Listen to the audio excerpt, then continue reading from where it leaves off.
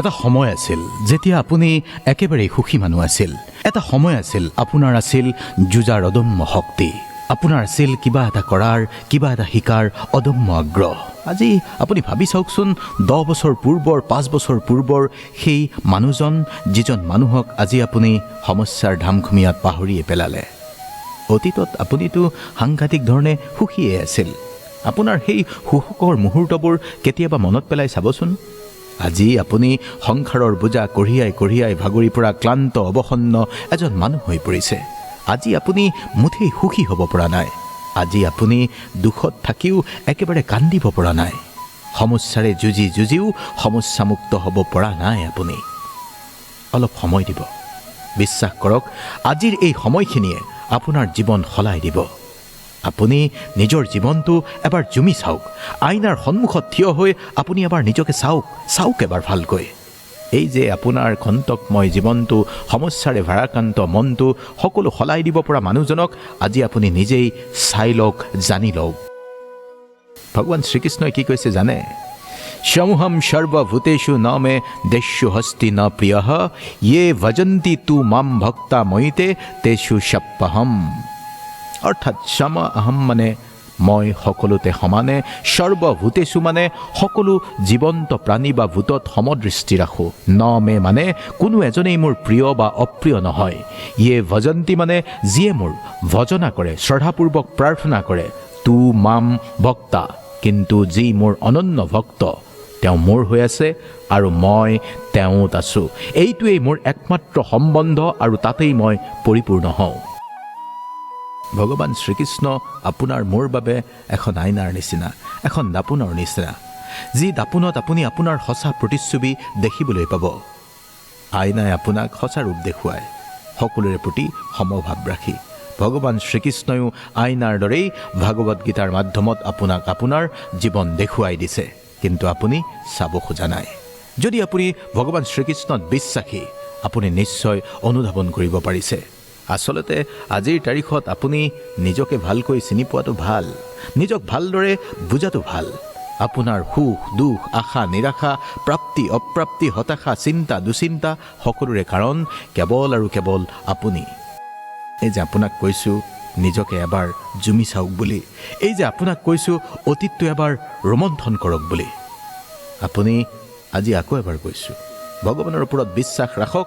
সৰু এটা কেঁচুৱাৰ দৰে, যাক ওপৰলৈ দলিয়াই দিলেও হাঁহি থাকে, কাৰণ সি জানে আপুনি তাক পৰিব নিদিয়ে। ভগৱান শ্ৰীকৃষ্ণৰ শক্তি ভক্তিও ঠিক তেনেকুৱাই। আপুনি যদি ভগৱান শ্ৰীকৃষ্ণৰ ওপৰত বিশ্বাস ৰাখি আগবাঢ়ে, ভগৱানে আপোনাক কেতিয়াও পৰি যাবলৈ নিদিয়ে। সময় অলপ লাগিব পাৰে, সংগ্ৰাম কষ্ট দুখ ভাগৰ সকলো থাকিব এই জীৱনটোত, কিন্তু শেষৰ হাঁহিটো আপুনিয়ে মাৰিব। আপুনি হয়তো ভাবিছে, যিসকলে শ্ৰীকৃষ্ণ ভক্তিৰ কথা নাজানে, পাপাচাৰত লিপ্ত হৈছে, অনৈতিক কাৰ্য কৰিছে, তেৰা হ'বৰ কি হ'ব? জানি নাজানি আপুনিও হয়তো ইতিমধ্যেই নকৰিবলগীয়া কিবা এটা কৰি পেলালে। শ্ৰীমদ ভগৱদ গীতাৰ 9ম অধ্যায়ৰ 30 নম্বৰ শ্লোকটোত এনেকৈ কোৱা হৈছে, যদি অত্যন্ত দুৰাচাৰীও অনন্যভাৱেৰে মোকেই নিৰন্তৰ ভজনা কৰে, তেওঁ সাধু বুলি মানিবৰ যোগ্য। অৰ্থাৎ সহজ ভাষাত, জীৱনত আপুনি মই কেতিয়াবা ভুল কৰি পেলাব পাৰোঁ নজনাকৈয়ে। একালত পাপত আপুনি প্ৰবৃত্ত হৈ যাব পাৰে সৰু কিবা এটা কথাৰ বাবে, কিন্তু নিৰন্তৰে ভগৱানৰ ভজনা কৰি সাধু হোৱাৰ বাটত আপুনি বাট বুলিব পাৰে। কিবা এটা কৰি, কিবা এটা নহ'বলগীয়া ঘটি আপুনি পশ্চাতাপত যদি দহি মৰিছে, আপুনি যদি জৰ্জৰিত হৈ আছে, ভগৱান শ্ৰীকৃষ্ণ ভজনাৰ মাজেদি আপুনি মুক্তিৰ পথ বিচাৰি ল'ব পাৰে। যি মুক্তিত শান্তি আছে, যি মুক্তিত জীৱনৰ আনন্দ আছে। ভগৱানৰ বিচাৰত আপুনি সন্দেহ নকৰিব। যদি শাস্তি আপুনি পাইছে, ভুল নিশ্চয় কিবা এটা হৈছিল, আৰু তাক শুদ্ধ প্ৰমাণ কৰাৰ চেষ্টাৰো প্ৰয়োজন নাই, কাৰণ সময়ে শুদ্ধ কোন অশুদ্ধ কোন প্ৰমাণ এদিন কৰি দিবই। সেইকাৰণেই আপোনাক কৈছোঁ, ভগৱানৰ ওচৰত সমৰ্পণ, ভগৱানৰ ওচৰত কন্দাৰ সুখ আন কাৰো ওচৰতেই পোৱা নাযায়। জীৱনত মানুহৰ মিত্ৰতাৰ প্ৰয়োজন, সম্বন্ধৰ প্ৰয়োজন, কিন্তু তাতোকৈ বেছি প্ৰয়োজন আপুনি মই অকলে কেনেকৈ থাকিবলৈ শিকোঁ। এটা সঁচা কথা কি জানে? দুটা স্থানত মানুহ সদায় অকলশৰেই থাকিবলগীয়া হয়, শ্মশানত আৰু সফলতাৰ চূড়ান্ত শিখৰত। গতিকে অকলে থাকিবলৈ কেতিয়াও ভয় নকৰিব। কোনে কিয় কি কৰিছে, কেনেকৈ কৰিছে, এইবোৰৰ পৰা যিমানেই আঁতৰি থাকিব, কোন কিমান আপোনাৰ ওচৰৰ পৰা আঁতৰি গ'ল, কিয় আঁতৰি গ'ল, সেইবোৰ মন্থন কৰাৰ পৰিৱৰ্তে আপুনি নিজে কি কৰিছে, নিজৰ চিন্তা কি, নিজৰ ইতিবাচক মনোভাৱ কি, সেইবোৰ লৈ যদি ব্যস্ত থাকে, সিমানেই সুখী হোৱাৰ বাট প্ৰশস্ত হ'ব। ভগৱান শ্ৰীকৃষ্ণই আপোনাক যি কথা কৈ গৈছে তাৰ মাজতো আৰু কিছু কথা আছে। ভগৱানে কেতিয়াও আপোনাক শাস্তি নিদিয়ে। আপোনাৰ কৰ্মই আপোনাৰ শাস্তিৰ কাৰণ হ'ব।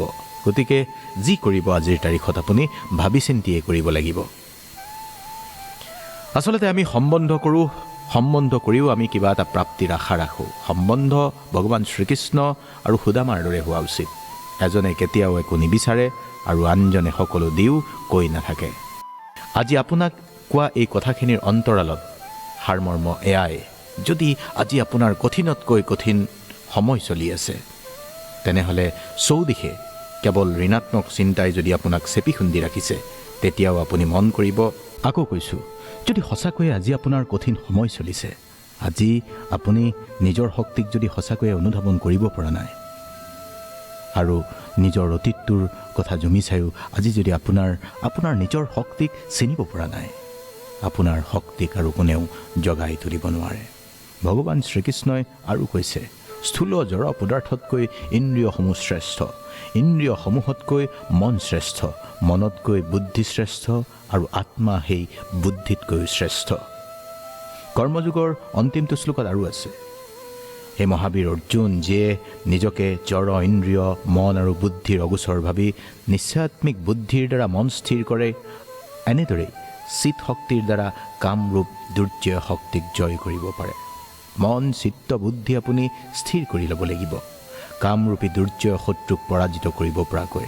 আচলতে কি জানে, আত্মাৰ আহ্বান আপুনি শুনিব লাগিব। আত্মাৰ আহ্বান শুনিলে গম পাব আপোনাৰ ভিতৰত লুকাই থকা সেই শক্তি কি। নিজৰ শক্তিক বুজাৰ বাবে, নিজৰ শক্তিক বুজি লৈ আত্মাক বলৱান বুলি জানি কামৰূপী শত্ৰুক বধ কৰি আপুনি জীৱন জিনিব লাগিব। জিকিবলৈ হ'লে নিজৰ মনত থকা শত্ৰুক প্ৰথমে আপুনি পৰাস্ত কৰিব লাগিব।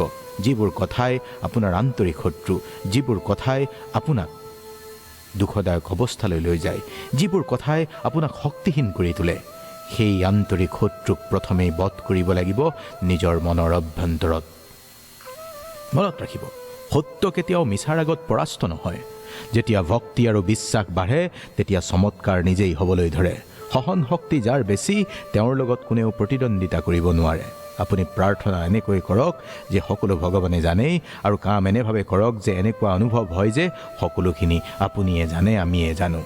সংস্কাৰ আৰু আদৰৰ ওপৰত নিৰ্ভৰ কৰে আপোনাৰ ব্যৱহাৰ। আপুনি যদি আজি শুনিব পাৰিছে, আপুনি কেতিয়াবা শুনাবও পাৰে। সত্যই কেতিয়াও সত্য বুলি কোৱাৰ প্ৰয়োজন নাই, কিন্তু মিছাইহে নিজকে সত্য সত্য বুলি দাবী কৰিয়ে থাকে। আজিৰ পৃথিৱীত আপুনি মই সকলো অকলেই জনাটো সম্ভৱ নহয়। আপোনাৰ লগত কি হৈ আছে আপুনি বুজি পোৱা নাই, আপোনাৰ যাত্ৰাপথত আউল লাগিছে, আপুনি এগৰাকী তত্ত্বজ্ঞানী মহাপুৰুষৰ ওচৰত শৰণ লৈ তেওঁৰ পৰা জানক। চঞ্চল মন নিয়ন্ত্ৰণ কৰি কেনেকৈ আপুনি আপোনাৰ কৰ্মত প্ৰবৃত্ত হ'ব পাৰিব, সেই শিক্ষা, সেই জ্ঞান আহৰণ কৰি আপুনি আগবাঢ়ক জীৱনত। মনত ৰাখিব, বিজয়ীজনেই এই পৃথিৱীত শ্ৰেষ্ঠ নহয়। কেতিয়াবা জানি বুজিও যিজন পৰাস্ত হয় তেওঁ শ্ৰেষ্ঠ। মনৰ ভিতৰত সকলোৰে বুদ্ধি থাকে, মনৰ ভিতৰত সকলোৰে বিচাৰ ঘৃণা ভাল পোৱা থাকে। অনুমান কৰক, মনৰ কল্পনা আৰু অনুভৱ জীৱনৰ শিক্ষা। আপুনি এনেকৈ সুখ লওক যে প্ৰকৃত সুখ তেতিয়া পাব আপুনি যেতিয়া আপোনাৰ বিচাৰ, কথা, কৰ্ম মিল থাকিব। কৰ্মফল যিয়ে ত্যাগ কৰিব পাৰিব তেৱেই যোগী। নিজৰ দুখৰ বাবে বা নিজৰ দুখৰ বাবে আপুনি আনক দুখ নিদিব, দোষো নিদিব। আপোনাৰ মনৰ পৰিৱৰ্তনেই আপোনাৰ দুখৰ অন্ত পেলাব। বাকী ভালে থাকিব। ওম কৃষ্ণায় বাসুদেৱায় নমঃ।